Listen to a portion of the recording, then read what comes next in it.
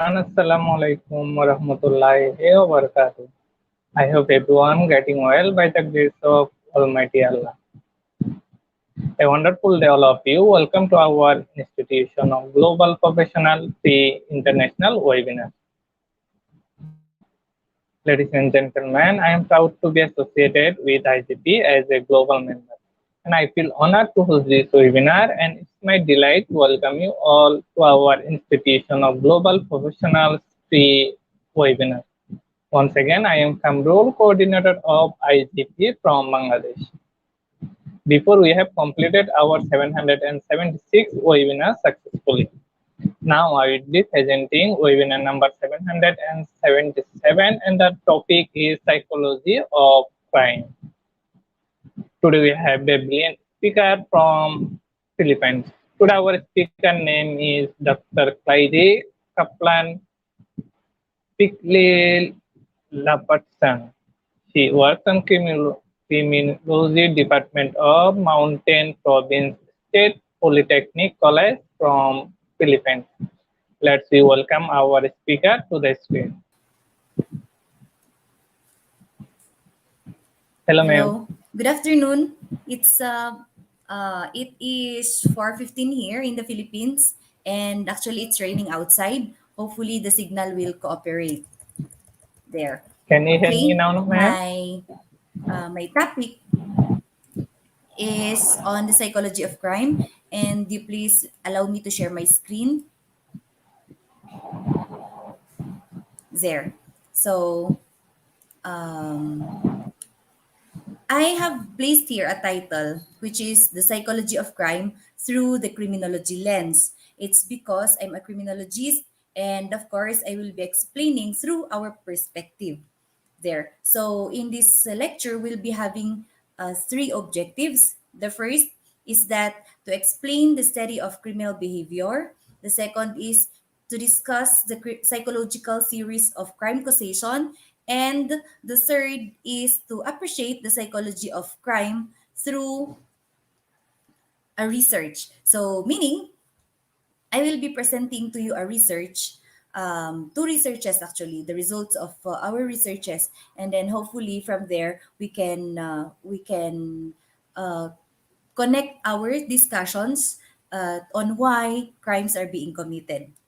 Okay, so to start with, of course, we have to know some definition of terms. There we have psychology, understanding psychology, criminal psychology, criminal behavior, and criminal and human behavior. There. So when we say psychology, it refers to a scientific study of human and human behavior, which is aimed at describing, explaining, predicting, and controlling behavior. And then it needs diversification to understand the application and the theory of specific aspects there. So, in understanding psychology, it is eclectic and interdisciplinary, and multicultural approaches are considered to be more practical. So, meaning psychology is not only focused on the economy or on sociology. However, it covers a wide spectrum of aspects there.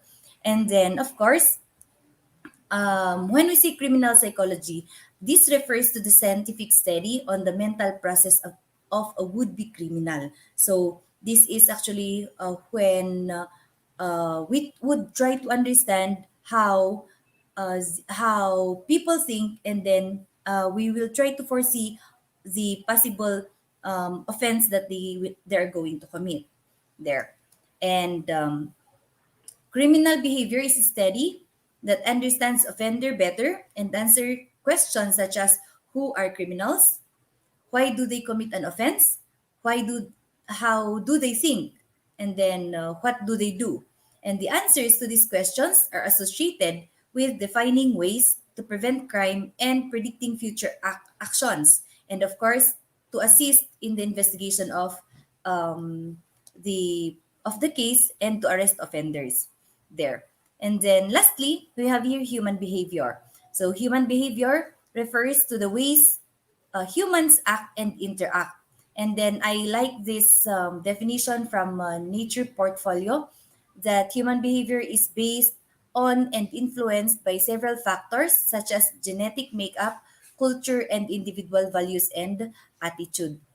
So meaning culture plays a big role on our reaction, on how we react, and of course it also molds us on on becoming us there. So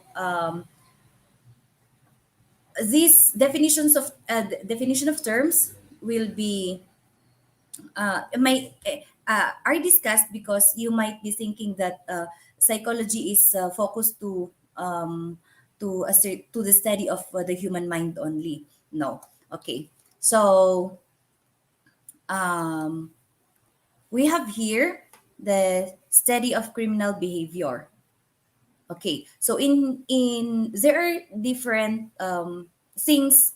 There are different things on how criminal behavior is studied. So the first is the aspect of behavior, and of course we have to understand the formula of crime, and then we have to know the breeding grounds of crime, and of course to determine the several psychological factors that figure into why people commit crimes there. And then we have here the aspects of behavior, and then the first there is intellectual aspect. So this aspect pertains to the ways of thinking, reasoning, solving problems, processing information, and coping with the environment. So meaning it has something to do with how we process the information there. And then we also have the emotional aspect. So this pertains to our feelings, moods, temper, and strong motivational force. So on how we feel there. And then we have here the social aspect, which also pertains to how we interact or relate with other people. That's why we have what we call the introvert and the extrovert. So meaning the extroverts are these people who loves to mingle. They like outdoor activities. I'm sorry. However, for the introverts, they are the people. They are the kinds of people who wanted to stay at home or to be alone, and they prefer indoor activities there. And then, of course, we also have our moral aspect. So this refers to our conscience and the concept on what is good or bad there. So the moral aspect. Um, And then we also have the psychosocial aspect. So this pertains to our being a man or a woman. So I do this because I'm a woman. I do that because I'm a man. And sometimes men have this higher ego than women, or sometimes on how it is the psychosocial aspect that would explain why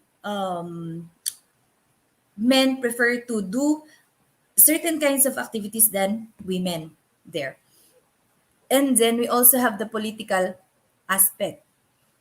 This pertains to our ideology towards the society or the government. Of course, we all have our political, I mean, we all have our freedom to support our politicians, and of course how we see our government or how we see our leaders would also affect our behavior on how we act or how we abide with the rules and regulations there. And last is the value or the attitude aspect. And this pertains to our interest towards something, our likes or dislikes. And it is my favorite example that when we say attitude, it is how we perceive the difficultness of a certain task. So for example, you tell your students to explain a certain essay. However, they would perceive it as it's very difficult, and that's called attitude there. So there are lots of things on how we can manage this, and of course we just have to we have to explain to our students the pros and the cons of not following instructions, for example. There. Okay, we also have here the formula of crime. So, in explaining the birth of criminal behavior, we must consider three factors. So, criminal tendency, which stands for letter T, the total situation, which is represented by S, and person's mental and emotional resistance to temptation, which is represented by letter R. And these factors can then be put into a formula, as the formula shows that a person's criminal tendency and his resistance to them may either result in criminal act depending upon which of them is stronger there. And this means that a crime or criminal behavior exists when the person's resistance is insufficient to withstand the pressure of his desire or intent and opportunity. So meaning, um, in a situation, I will just be sharing to you this um, there, the anatomy of crime. So we have here three sides: the instrumentalities, the opportunities, and the motives. So if, for example, your motive is stronger, and then of course you have the instrument, or you have the tools to commit a crime, and then of course you got the opportunity, then most probably a person is going to commit a crime. However, even if a person has the instrumentality and the opportunity, however he does not have the motive to commit a crime, then there is no crime. So it goes through, even if a person has the motives, however they are not given the opportunity, yet they have the tool to commit a crime, there will be no crime. So this is also, this triangle also represents the um, or this is where we can also draw or conceptualize the consummated act, the attempted, and the frustrated there. So, for example, frustrated is because the opportunity was suddenly blocked there. So, for example, a thief is about to commit commit a crime. However, the owner of the store, for example, came. Then the opportunity is blocked. So there is an attempt there to commit a crime.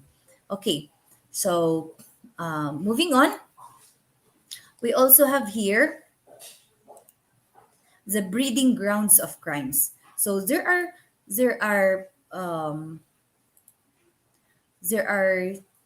several breeding grounds of crime. So in studies, it says that, for example, poverty is a cause or the root cause of a crime. So when we say poverty, the problem of massive poverty can be singled out as the primary breeding grounds or root causes of crime in all underdeveloped countries, including the Philippines also, of course. And this is characterized by widespread unemployment, underemployment, low income and productivity, malnutrition, big families, and rapid population growth rates, and low standards of living, and the like. Of course, when we say um, poverty or unemployment, not all can afford to provide their needs. That's why the opportunity for, or I mean, the people would tend to make opportunities to commit crime, of course, just to suffice their needs there. And then when we say ignorance, this factor is widespread among our people who lack knowledge and understanding about um, many things which they should and are presumed to know as citizens there.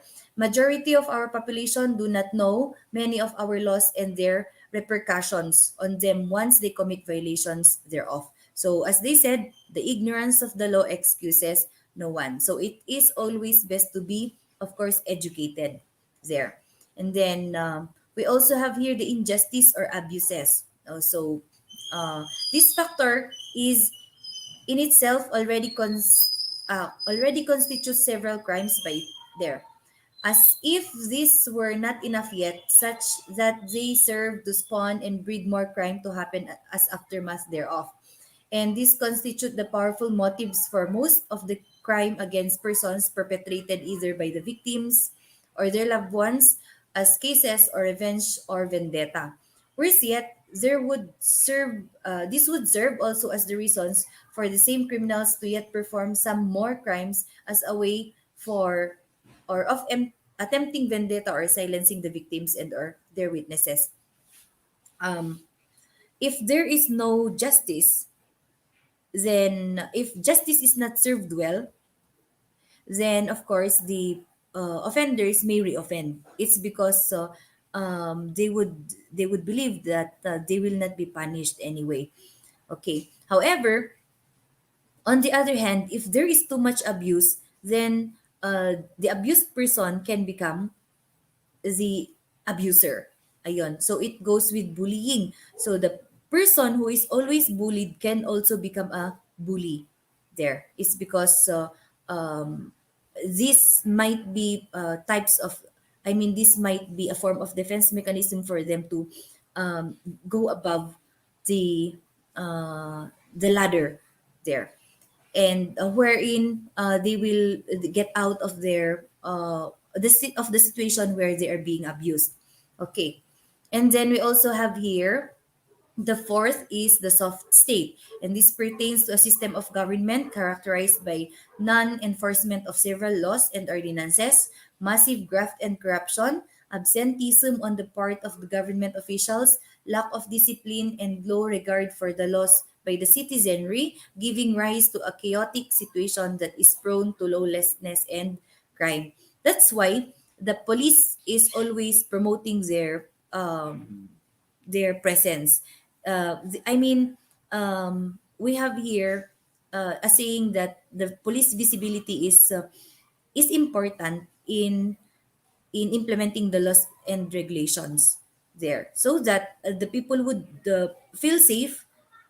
And of course, some of them will, or the would-be offenders will not push through with their plans in committing crimes.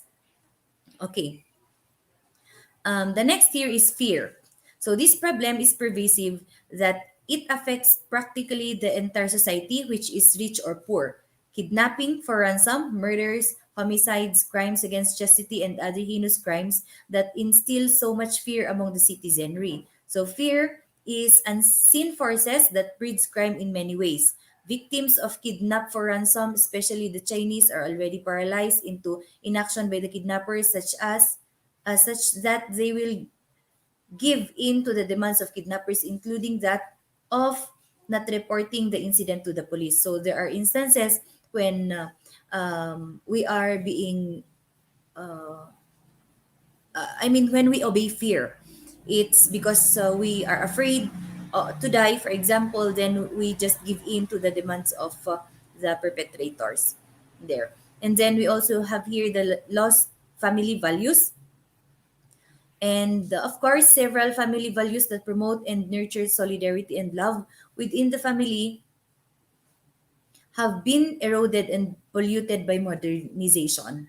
So I don't know if you agree to that. However, it's a common observation that for example, eating during dinner, and then it should be an opportunity for the children to open up to their parents to tell their stories. However, this time, we are while we are eating, we are all busy with our cell phones. So that is an example of a lost family value there. And of course, there are also others. There are many other indigenous variables or breeding grounds of crime. To cite a few, noteworthy are the following: movies that glorify criminals and show a lot of violence and blood scenes contribute to the rise in crime. And modern technology tends to increase the capabilities of crime syndicates to perpetrate more crimes that are becoming more difficult to bust or and to solve there. So urbanization, for example, Migration, those can be examples of, those can be other factors that breeds crime. I'm sorry. Okay. So we have here, the next is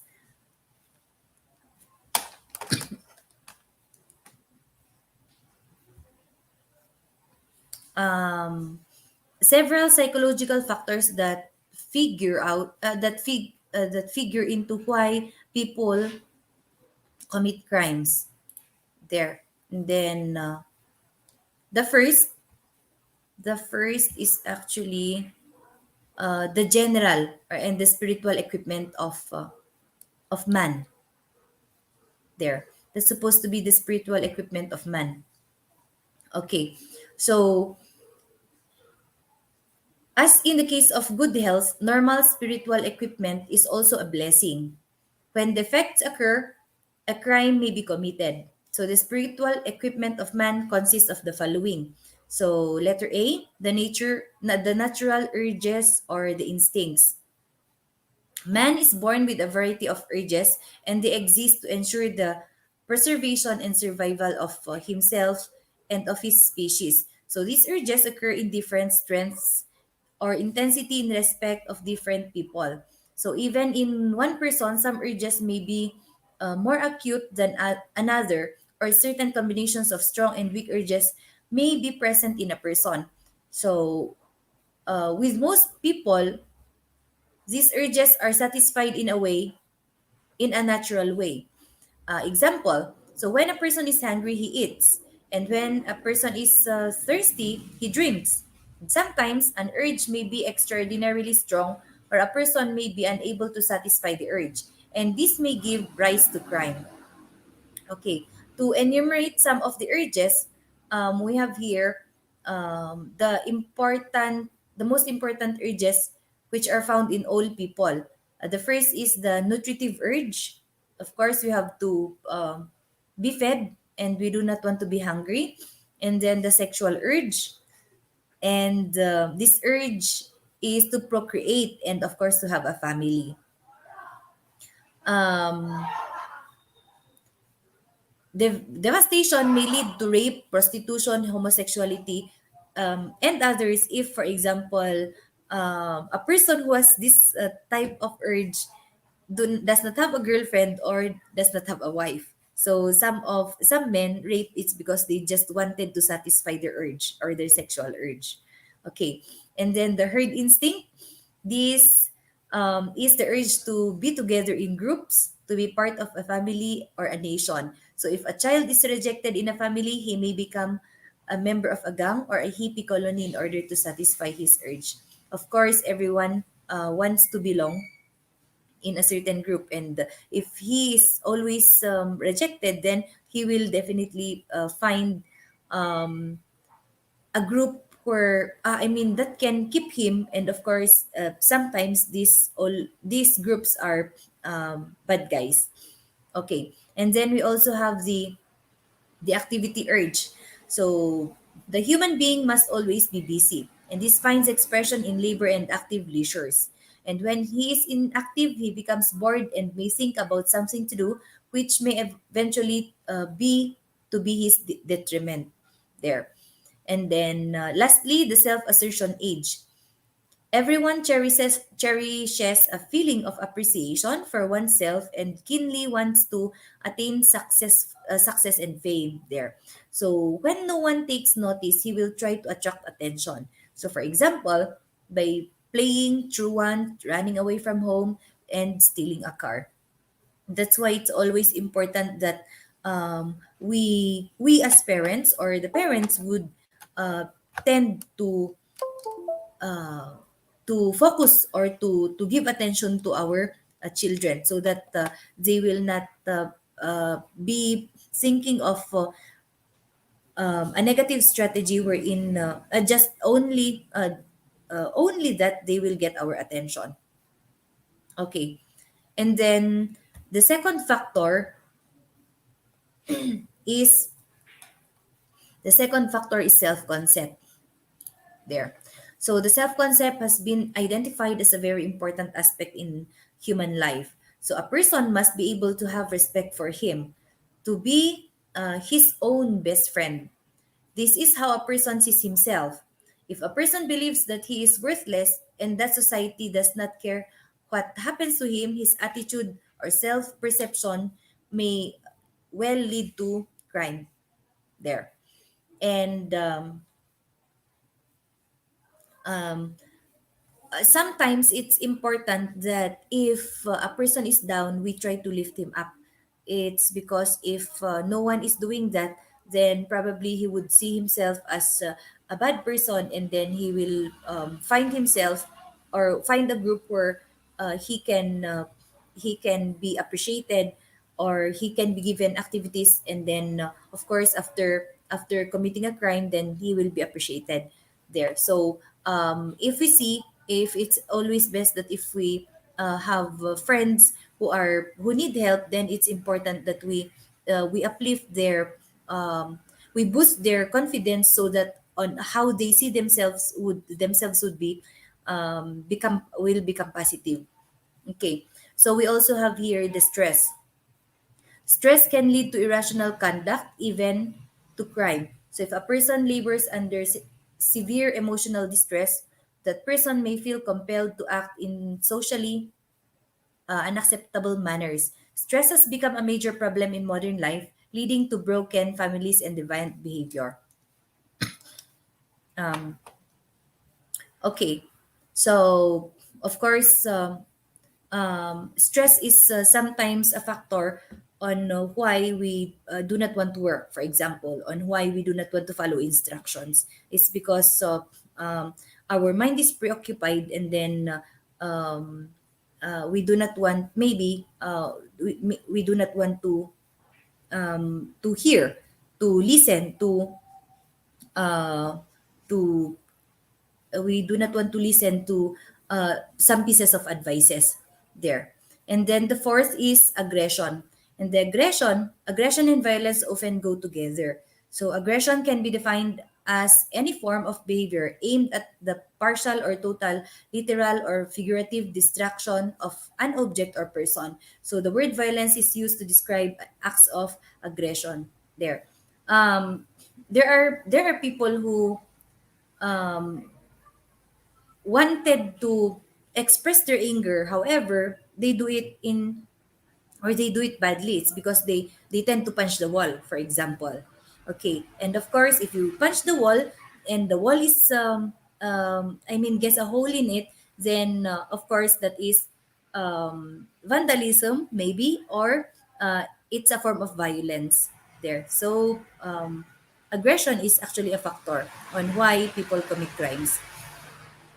And then the fifth is depression. Depression can be a psychosis and also neurosis. So we all know what depression is, and the person suffering from depression may believe that life is pointless, so that he might as well escape to criminality there. And of course, again, if we have friends or if we know someone who is depressed, then we try to help.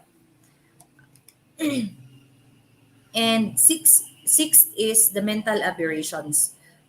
There are the most important mental aberration are the psychosis, which are severe mental illnesses, notably paranoia and schizophrenia. There are also the neuroses, anxiety states, obsessional compulsive states, hysterical neurosis, dissociative states, and neurotic depressions. And then there are, it is not difficult to see that any of these conditions could lead to deviant behavior. For example, there are lots of cases that I've heard about a person who is hallucinating there. And then it's because the perception is distorted. Then he thought of this person thought of his wife as the pig. So he got the bolo and started to butcher there. So all he thought, what he butchered is an animal, and then only to find out that it's the wife there. So that's just an example. Okay.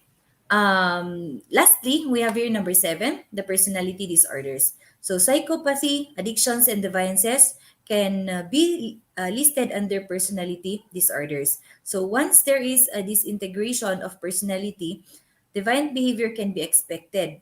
Many serious crimes are committed by persons whose personalities do not conform to the norms accepted by society.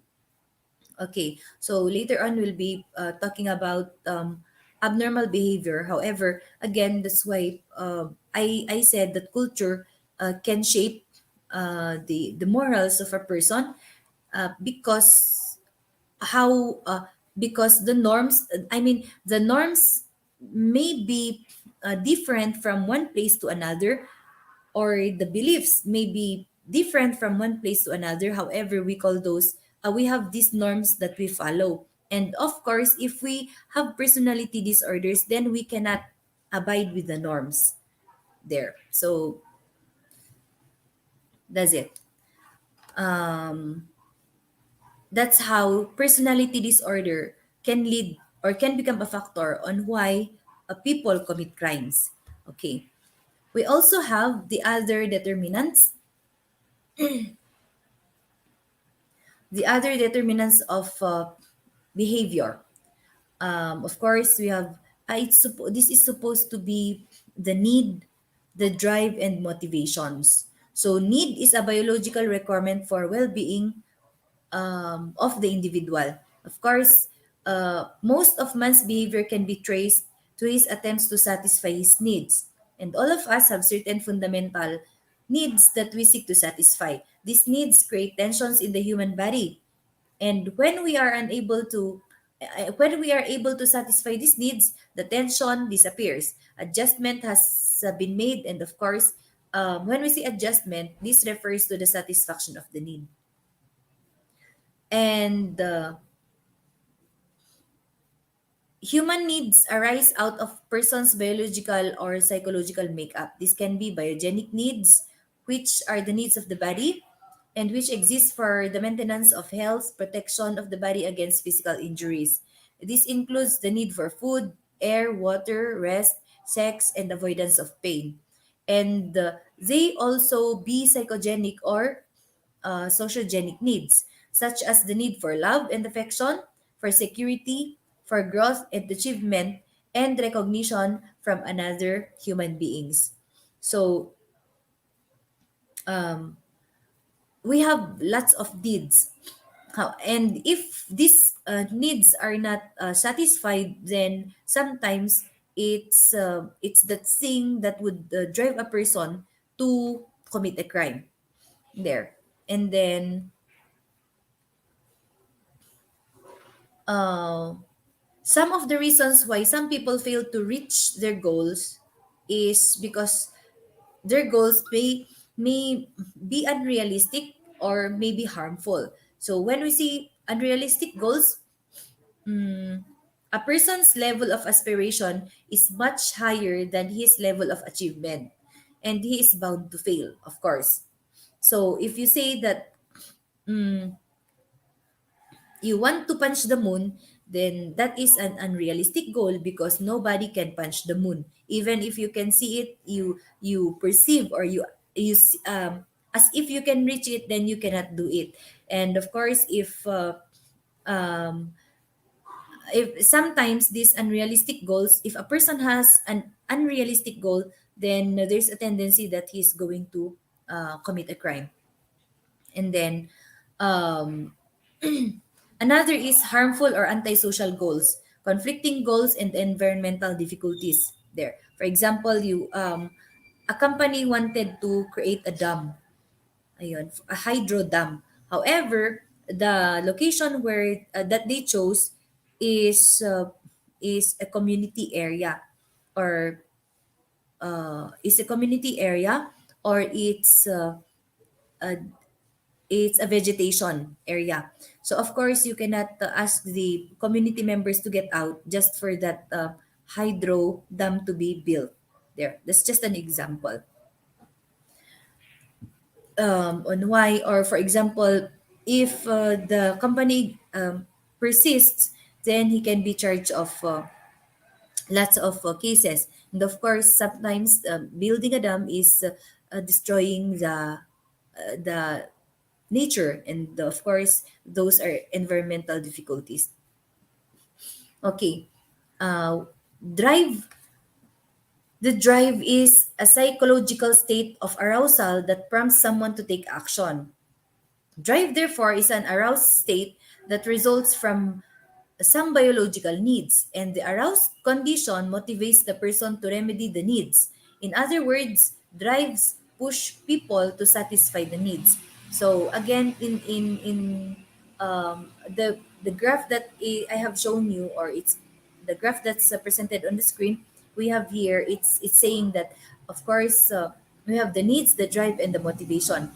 Since there is um, a need aroused since a need aroused, then of course we have the drive to satisfy it there. And sometimes the manner, or the way we implement the drive, or our actions, our course of actions in sufficing the need is um, is not good or is illegal. So for example, again, the simplest example is, if a man is hungry and then he sees an apple, he picks it and then he ate it. Ayun, basically. However, um, knowing that that apple was picked from a fruit stand, and if the person has no money, he can be charged, of course. And not unless that if he's going to ask for an apple very nicely, or those that can be a good drive. However, if you opt to employ a bad drive or a negative drive, then you might be committing a crime. Okay. And then we have here motivation. These are the influences that govern the initiation, direction, intensity, and persistence of behavior. Okay. And it also refers to the causes and whys of behavior as required by a need. So, why do I need to get an apple? It's because I want to suffice the need there. And the need, which is being hungry, the need to eat, for example. Okay. Um, so, those are the three other determinants of human behavior. Okay. So, moving on, we also have here the concepts of controlling abnormal behavior. A while back, I mentioned about abnormal behavior, and then this time I will just be sharing briefly, or I will just be talking about it briefly. So when we say abnormal behavior, these are the behaviors, or the actions or reactions that does not conform to our norms. Okay. My favorite example to my students when I lecture on human behavior is that um, it we here in our place here in Mountain Province, we may perceive uh, the act of kissing, or a partner's kissing in a park, as abnormal. It's because it is not our culture. However, it can be normal to other people. It's because that is their culture. Okay. And then another concept to control abnormal behavior is the defense mechanism. So it defense mechanisms can be good also. It's because for example, instead of displacing your, or instead of transferring your anger to a person, then why not just um, cuddle yourself and rock yourself in a corner of your bed there, for example. So there are lots of defense mechanisms that we can actually employ, and some of them can be safe. However, if we are stuck in it, then it might not be good for us. Um, it might be an abnormal behavior itself. Okay. And then, of course, that's why we have the laws as controlling factors to abnormal behaviors. That's why, for example, um, for example, taking in drugs. So in the Philippines, illegal drugs, or the use of the smoking marijuana is not legal there, since there is a law that punishes that. Some of the people would resist because they know that smoking marijuana is punishable or is a crime there. And of course, we have it the punishment as deterrent factor. So there are two types of deterrence. So the specific deterrence and the general deterrence. When we see general deterrence, um, so that the public or other people will not do it, will be deterred from committing a crime. And then when we say specific deterrence, is that so that the person who committed a crime will refrain from recommitting a crime or from reoffending. This is why punishments are made. So punishments are forms of deterrent factors. Um, for example, in school, if a student did not uh, submit his assignment, then of course the person will be or the student will be punished. For example, he is going to erase the board there. So by merely looking at that, if I am the classmate, I will I will not I mean I will make sure to always submit my assignment because I do not want to erase the board, for example, or I do not want to uh, be punished there. And of course, offenders are punished so that they will not reoffend, so that they will not do it again there. So those are just among the concepts of controlling behavior. And then moving on, um, we have here the theories. We have here the theories that explain crime causation.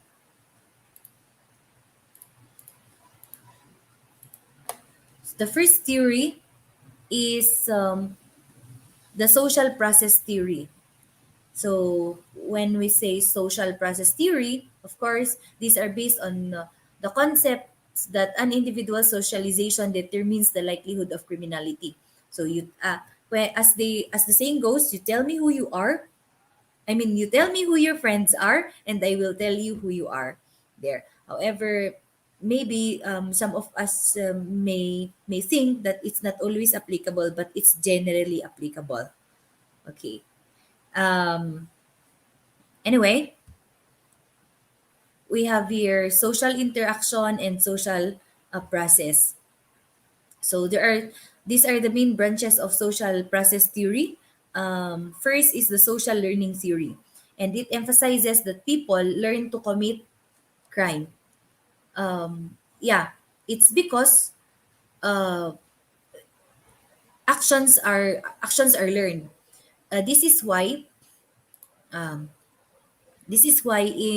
in prison or in jails there is what we call the classification, so that the first time offenders should be separated from hardened criminals, so that the first time offenders will not be learning or will not be adapting or will not be learning from the hardened criminals. Okay. And the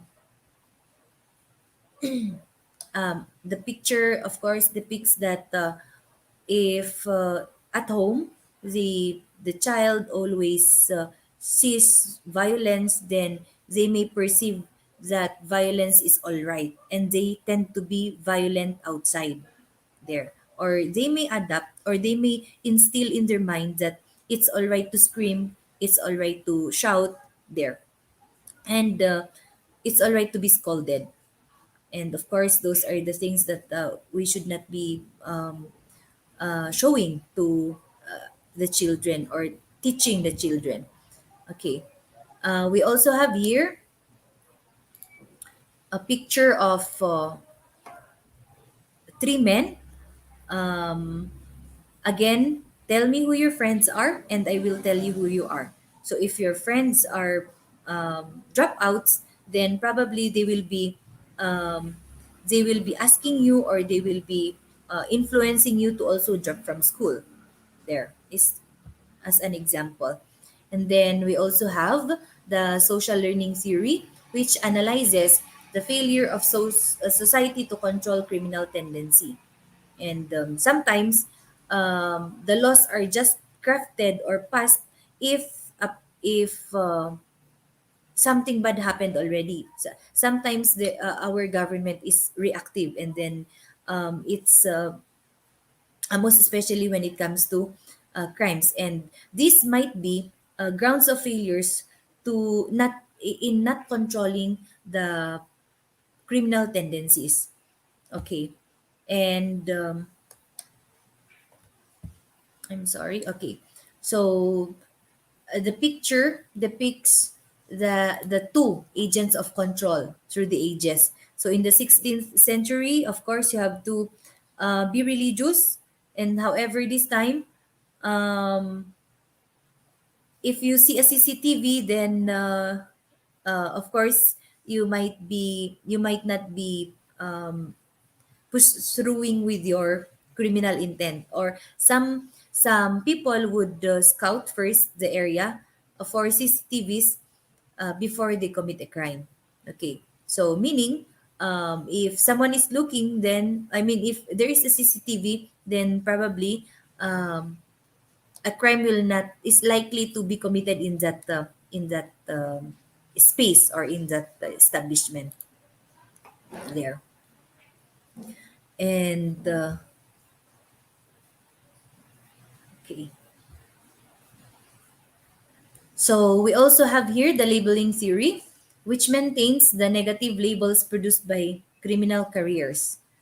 Um, if we always say that, for example, a group of people or persons are negative, then they would inculcate in their minds that they are bad people. So uh, that may be a reason for them to prove that the label is theirs.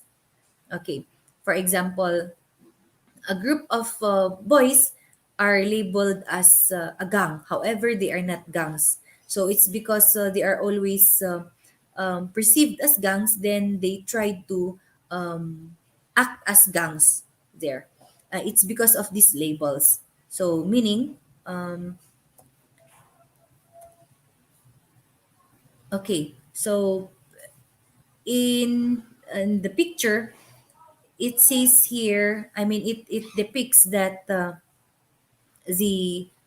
the person who is being labeled um, can act abnormally, or there will be behaviors or abnormal behaviors that he can or she can develop from that because of the labels. Okay, um, hello, I am with you, label me. So you see, they always say that not all all Muslims, not all terrorists are Muslims, but not all Muslims are terrorists. That's just an example of a label. And of course, we should not be saying that. Um, we should uh, we should not be associating race or religion to whatever negative actions, because it's if we try to label, then of course um, it can have a negative effect on the person being labeled, and of course on how the community will see that person or those um, groups of people. Okay, we also have here the contemporary sociological theories. So cultural defiance is part of social disorganization theory, and cultural defiance is the same as cultural conflict theory. Sutherland's differential association theory has long been criticized as a culture defiance theory. So, cultural defiance says that there are I mean, is this theory explains that there are persons who go against our culture or they defy our culture. That's why they separate themselves, and that's where they have their the subgroups. Okay. And it says here, the theory states that the individual is not responsible for their deviance as much as the community within which they reside. People are influenced by the place, people, and social structure of the community in which, in other words, individual may turn to crime not on account of innate character traits, but because they are influenced by socioeconomic conditions, income, education, poverty, and access to health. And then there are six focal concerns of cultural deviance theory. We have here trouble, toughness, smartness, excitement, faith, and autonomy. When we say trouble, according to Miller, getting in trouble and staying out of trouble were major concerns of lower class youths. And with trouble here defined as encounters with the law. So there. This pointed towards a key feature of lower class subculture in which respect for the law came not out of a sense of morality but from fear of punishment. Okay, and then toughness. Um, in lower class cultures, toughness defined by a disregard for consequences, a contempt for literacy, artistic, and scholarly pursuits, including education, a pride of unsentimentality, and an objectification of women becomes a highly valued and desired attribute. So juveniles aspire to be tough in the sense described above to gain respect among their peers. Okay. And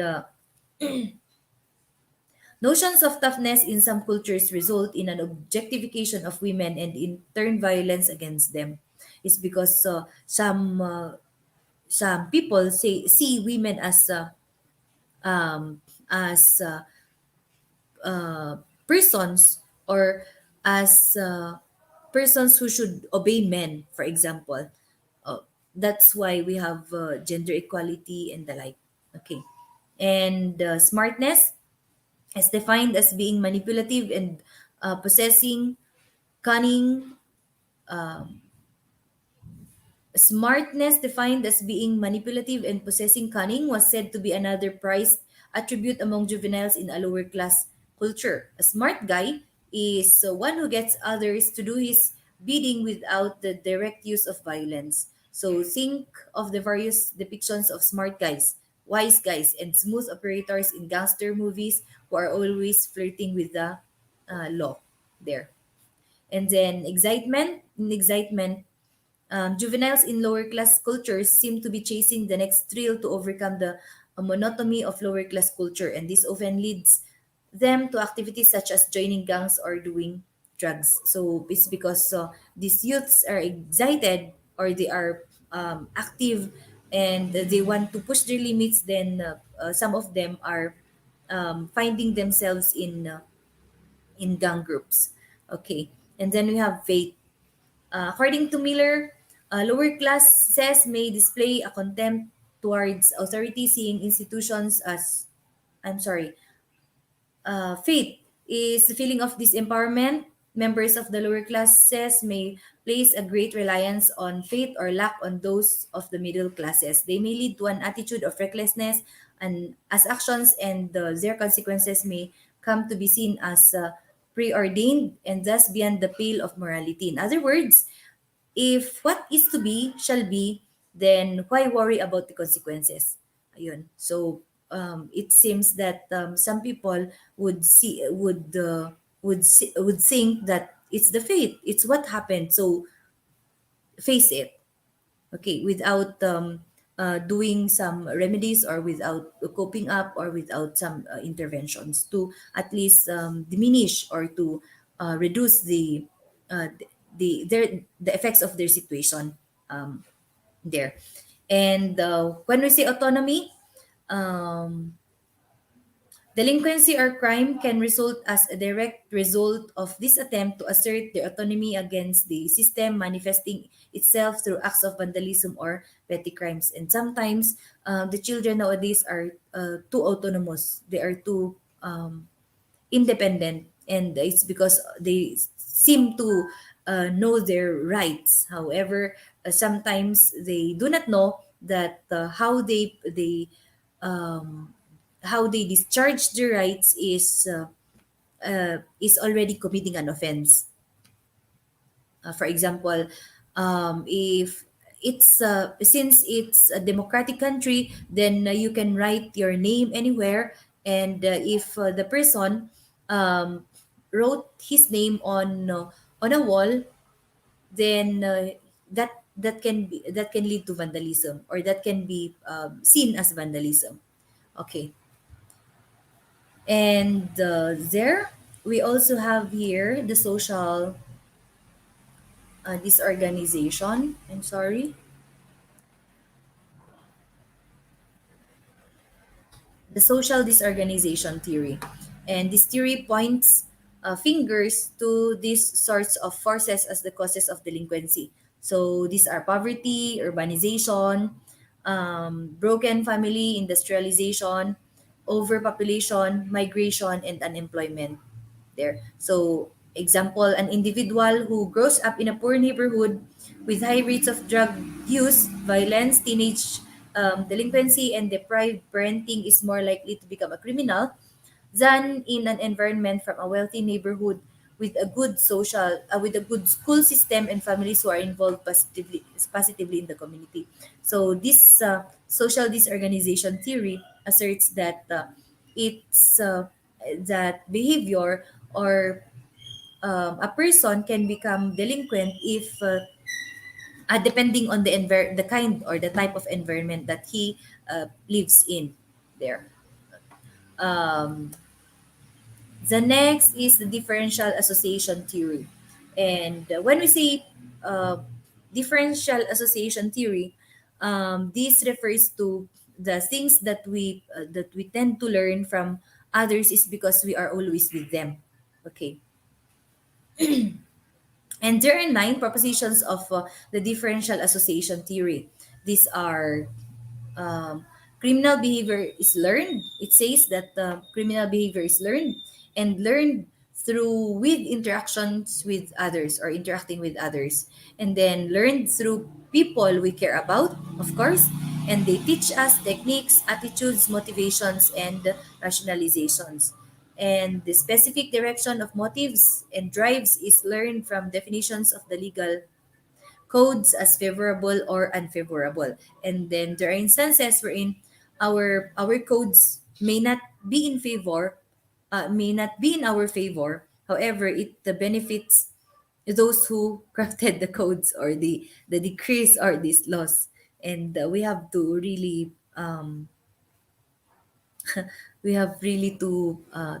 sometimes deal with that.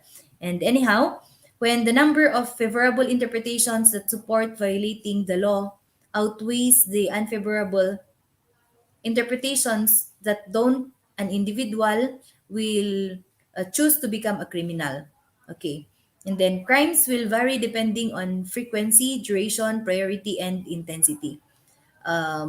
It also says here that the process of learning criminal behaviors through interactions with others relies on the same mechanism that are used in learning about any other behavior. Okay. And lastly, criminal behavior could be an expression of generalized needs and values, but they don't explain the behavior because non criminal behavior expresses the same needs and values. So that's how, or those are the propositions of the differential association theory. Okay. Um, I think this is the last theory, the culture conflict theory. It says here that different social groups have different cultural beliefs and ideas that conflict, and this conflict sometimes leads to crime. There. For example, that's why we have what we call the culture shock. It's when a person is new to a place, then he might perceive things as illegal. How it's because it's not his culture there. And then there are also cultures that are conflicting with the loss of the land there. Okay, so those are the cultures, or I mean, those are the theories. I'm sorry, that may explain the why crimes are being committed. Okay. I would just like to share two researches with you. These are the results of our published researches, and hopefully we will comprehend why these crimes are being committed. Okay. So the first research is titled Rape Profile in Mountain Province. And then, of course, I have these the co-authors, Dr. Willow Pangkut, Miss Naida, Venus Naida Pibawian, Miss Parlin Ulalim, and Miss Flordelisa Cruz. So the result of the study says that rape that rape cases um, in Mountain Province were committed in residential uh, places there. And then I'm sorry with the slide. And then most of the rape cases are incestuous and not the statutory. And then the rape profile according to status of the case is that 58% or most of them were already filed in court, and then um, some of them were amicably settled. However, it's sad to say that there are also those victims who filed or reported the rape case for records purposes only. Okay. And then for the age of victimization, majority belong to the age range of 10 to 20 years old. And then the age group of suspect, um, majority of them belong to the age range or the age bracket of 11 to 20 also. 11 to 20 years old. Okay. And then these are our findings. The factors that contribute to the commission of rape are the following: experience. It's because some of our participants said that they just wanted to experience doing it there. And then curiosity, it's because these young people are curious about how it's done and how it feels there. And then we have also have here the availability of victims. Most of those said that who said this or that there is an easy victim are older offenders already. It might be their neighbor, or it might be a child in there within the family. Okay. However, we also have here the victim vulnerabilities. So when we say victim vulnerabilities, this refers to um, the susceptibility of a person to become a victim. It's because some victims are influenced by the social media there. So, for example, they like wearing showy or showy or teasing clothes. For example, is because it's what they see in the movies. It's what's trending. It's that's the fashion that's trending, for example. Okay. And then another is bad exposure. So the definition in this research, the definition for bad exposure is that these victims uh, belong or have friends who drink and who smoke or who have vices there. And because they are exposed to bad colleagues, then they were victimized of rape. Okay. And lastly is the absence of adult supervision. Of course, during daytime, the parents would go to the fields to tend to the crops, and the children are left at home, and that's when they become easy victims for rape offenders there. And of course, our conclusion says that um, for the past 4 years, the highest reported there. The most victims of rape are 20 years old and below for at this age are more vulnerable, where in cases of children, victims are less discerning, easily persuaded, and physically overpowered by the perpetrator. So if you can recall our discussion a while back, the intellectual aspect says or explains that if a person, I mean, that if a person has is not knowledgeable about this and that, then about the things, or about is not wise yet, then they can be victims, or they can be criminals, or they can become offenders. Okay, and then I will skip that. Um, I would just want to share it to you that the outcomes of this research is that the basis of the IEC material prepared for the campaign of the women and the protection desk at MPPPO, and of course they were able to launch a program because of the outputs of this study. And then the last study that I will be sharing with you is the High Pogi, which is a study on street harassment among men. There. My co-author here is Miss Parlene Ulalim. So these are our results. Um, Acts that constitute street harassment are the following: the solicitation to perform sexual acts, unwanted touching or grouping, and of course, forced kissing. And then others are catcalling and wolf whistling there. So, range of experience of men on sexual harassment uh, according to the harassers, so meaning the offenders. Most offenders are gays, male gays, and then they harass only if they are drunk, and they do it because they want to seek attention. Okay, and it's also noted that there are also girls who uh, who are drunk, and it is them who harass these men on the streets. And then, of course, there are also men who are males who are straight, they are not gays, and then it is them who harass the gays.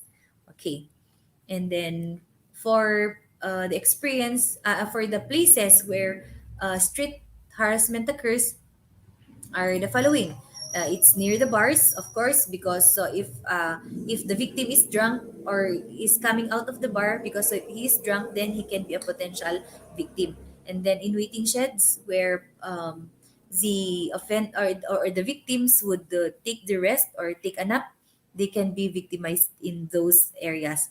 And along the streets, so just along the streets, the common acts that are committed along the streets are catcalling and wolf whistling.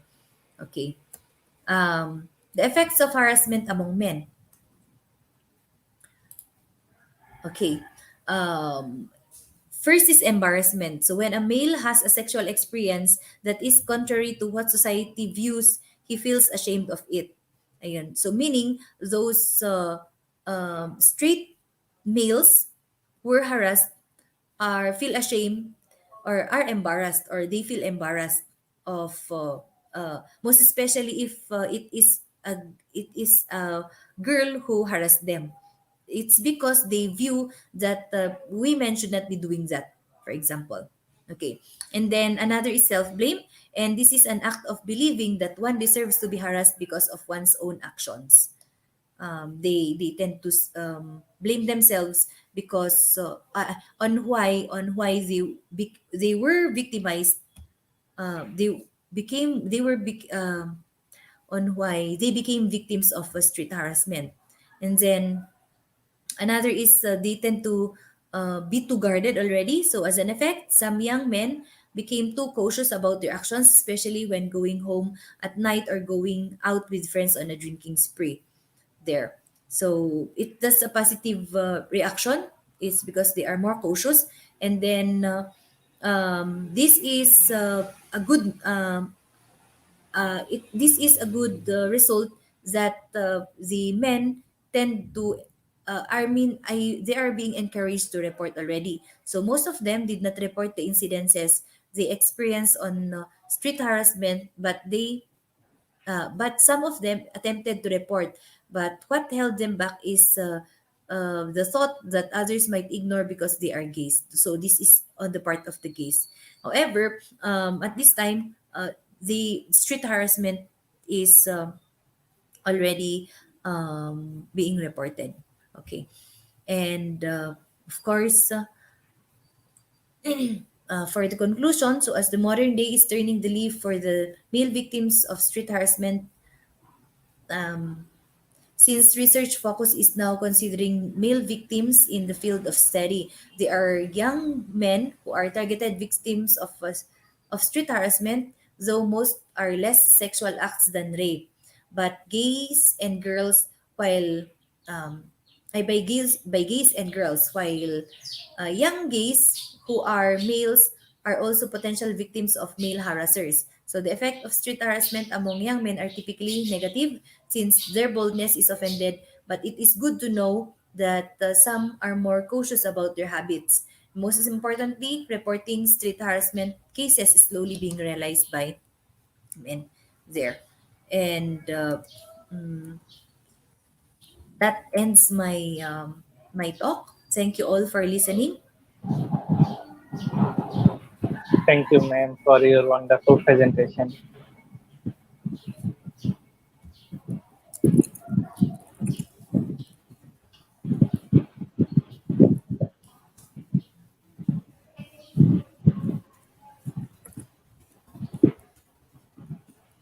Thank you, but our speaker can hear me clearly. Thank you, ma'am, for your wonderful presentation. You may I also encourage you to please uh, write on the comment section your questions because I cannot hear. I don't know if what happened. I do not have an audio for this. Okay, ma'am. Dear participants, now we are going to our quiz competition, and after that we come back again. Our quiz code is only IGP. Let's enjoy our quiz video.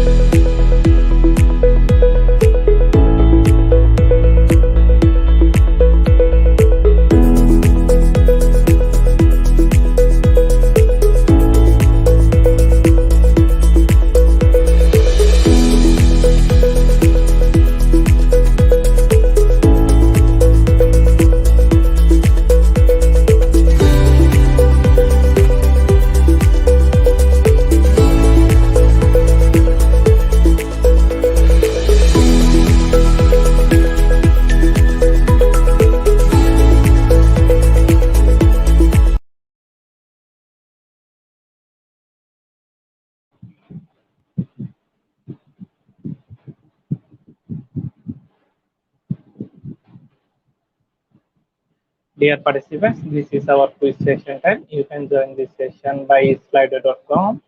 First of all, you have to go to Chrome or any other browser. Then you have to go to slido.com, and after that you have to put the code, and the code is IGP. The code is IGP, and after that you can join this session. Top 10 quiz competition winners get their quiz certificate after this session from our official Facebook page. I request everyone to join with your full name, which will directly pin on your certificate.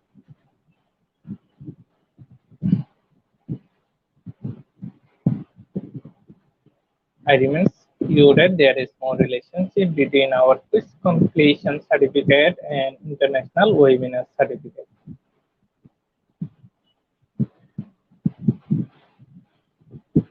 We start our quiz competition after 1 minute later. So join the hurry up.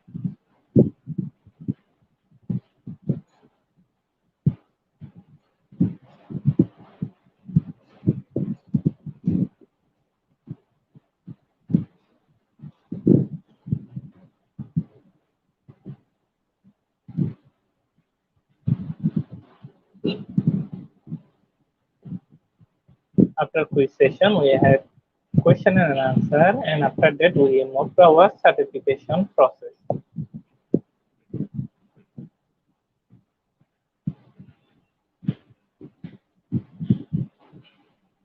Now 38 participants already joined.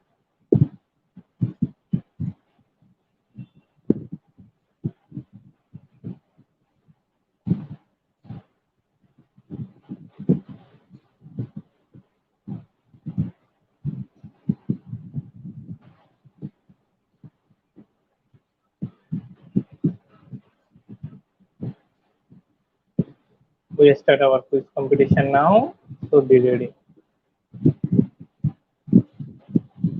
Our first question is, what is psychology? Is it entertainment, or psychology is the science of behavior and mind?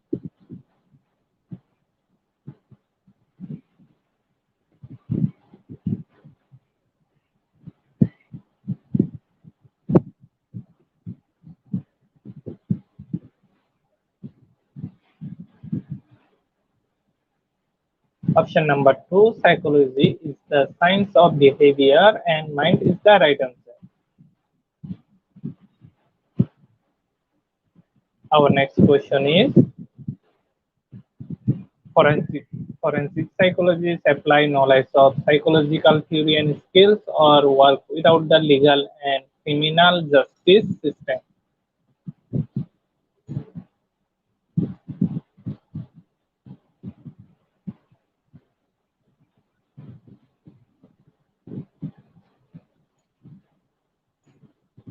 Option number 1, apply knowledge of psychological theory and skills is the right answer. Our next question is, psychology is a science because it is taught within the science faculty at university, or it uses the scientific method.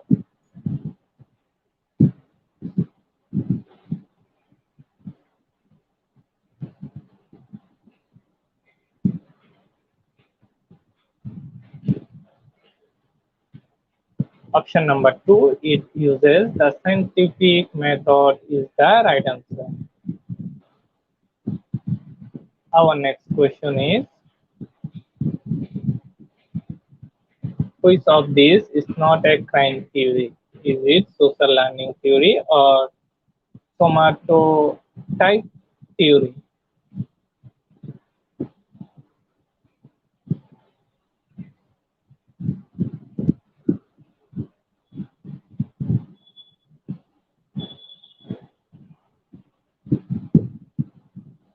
Option number 2, somatotype theory is the right answer. Our next question is, psychology is the scientific study of human anatomy or behavior, thought, and feeling.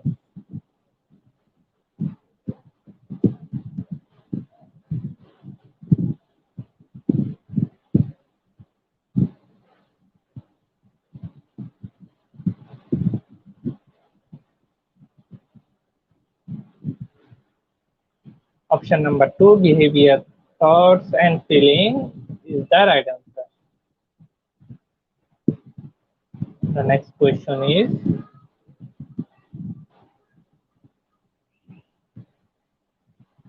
a specialist area of psychology looking at human memory and relevance of eyewitness of crime is clinical psychology or forensic psychology.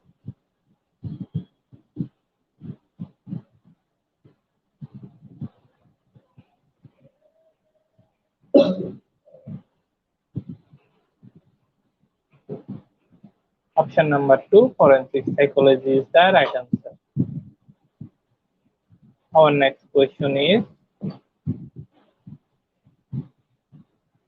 the 4 goals of psychology are thinking, learning, writing and speaking, or description, explanation, prediction, and influence.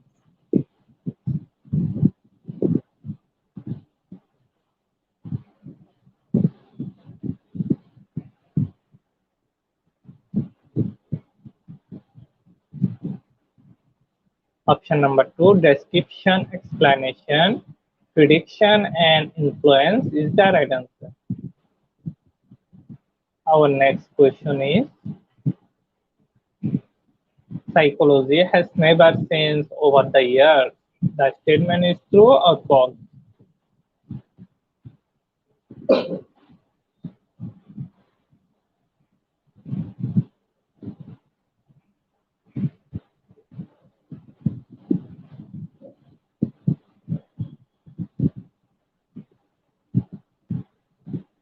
The statement is false.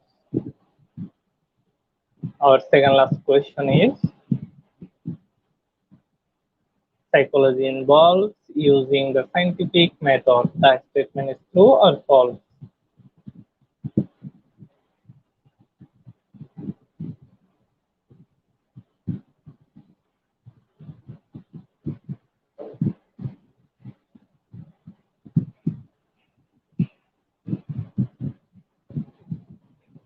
The statement is true. Our last and final question is,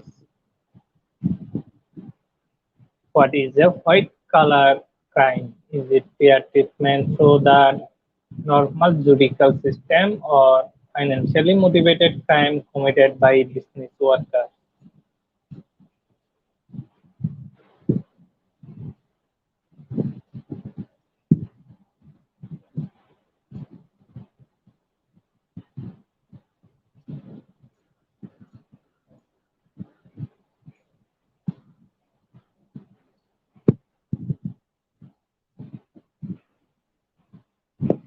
Option number two, financially motivated crime committed by business workers is the right answer. Congratulations of our top 10 quiz competition winners. Top 10 quiz competition winners get their quiz certificate after this session from our official Facebook page. On the leaderboard, Jaira Abbal was leading the first position, and the second one is Joel Banasar, and the third one is Jerome Aribalo, and the fourth one is Kyungyi Isha, and the fifth one is Alian and JBF Tisio, Emmanuel Sally McNee Banasar, Cyril Intelligent Yamaguchi, and the last one is Emilna Katube. Thank you, everyone. Now we are proceed to our question and answer session. After a short video, please, we come back again.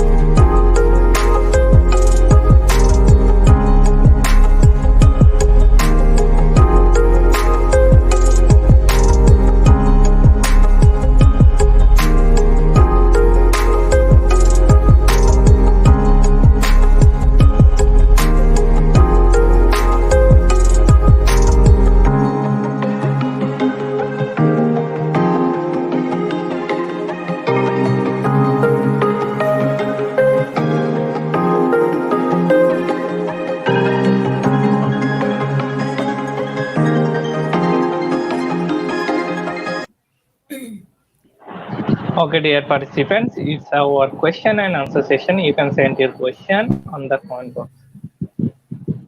And our first question is, we want to increase our success rate for predicting future crimes. What research area would you recommend we focus on?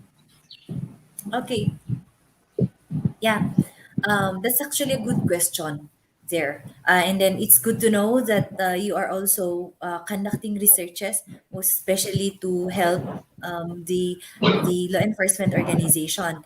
But then, as of now, um, of course, for a crime to be committed, I mean, for you to know the possible or the future trend of these crimes, then you have to employ strategic thinking there. And then you may want to explore researching on the strategies that were already employed, of course, and then those strategies can be adapted to prevent the commission of other crimes, most especially at this time that the use of technology is very high. So meaning, if you are to make a research, then you embed the use of strategic thinking, and from there you can also infuse the technology there. So that's just a suggestion. I cannot actually give you a specific area or a specific focus. It's because I do not have a good background of your place. However, you can actually message me through WhatsApp, so maybe I can help in phrasing your objectives of the study, or in conceptualizing your paper for this study. Yeah, thank you for that question. Thank you, ma'am. Ma'am, our next question is, how does psychology affect crime, and how can we prevent crime in our community? Okay. um if we understand how people react, then that is already a part of psychology that can actually affect crime, right? It's because if we know, if if we have a good understanding about why people commit crime, then we can come up with strategies to prevent them from committing a crime. So for example, before, when cell phone is not widely used, there are lots of cases of cell phone snatching in my place. So, for example, in Baguio, there are lots of snatchers, or yeah, who are snatching cell phones. It's because they wanted to have one, maybe, or it's because the cell phone that time is expensive there, and it's not all people can afford it. However, as time went by, uh, everybody can afford a cell phone. It's because we already know that a cell phone is an important tool for students, for teachers there. So we use that in education, and of course to communicate with other people there. So snatching dwindled down already. The case of snatching dwindled down. Um, of course, we can always prevent crime in our community if we ourselves would not allow, or if we do not allow ourselves to become victims. Okay. And it's always good to report. This is actually one of the things that I always try to explain in my community, that if you see an event that is not usual, then report it to the authorities, so that a proper intervention will be given, so that the police officers can patrol the area, and of course by with the police visibility, then the criminality will be suppressed there. So I have two suggestions here.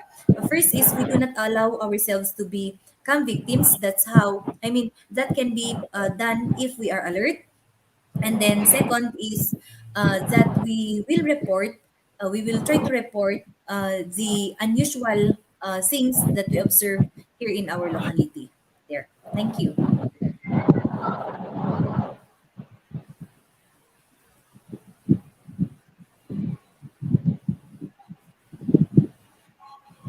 Thank you, ma'am. Dear participants, we are still waiting for your question.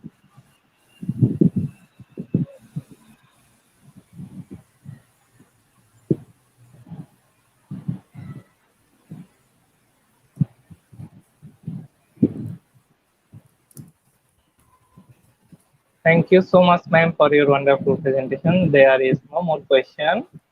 We hope our participants learn something new from you. Thank you, ma'am.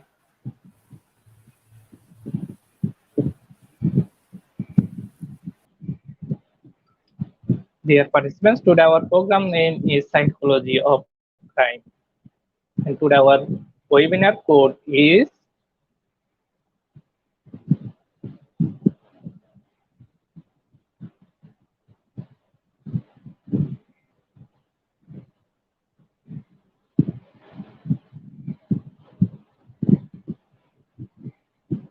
there is a network issue.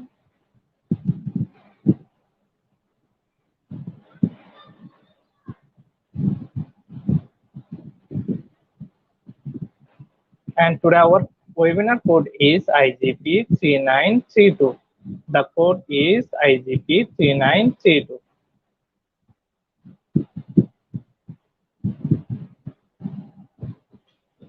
Without code, no one is eligible for certificate. With code, you can claim your certificate anytime from our website.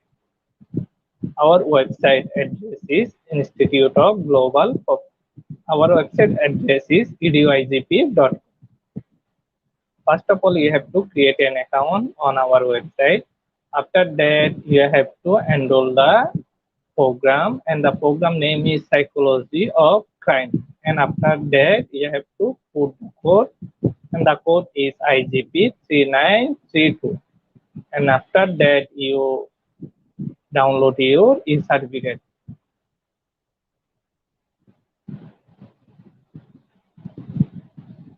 After downloading your certificate, don't forget to celebrate with IGP checking. Thank you everyone for participating this session. And our speaker also thanks all of you and regards.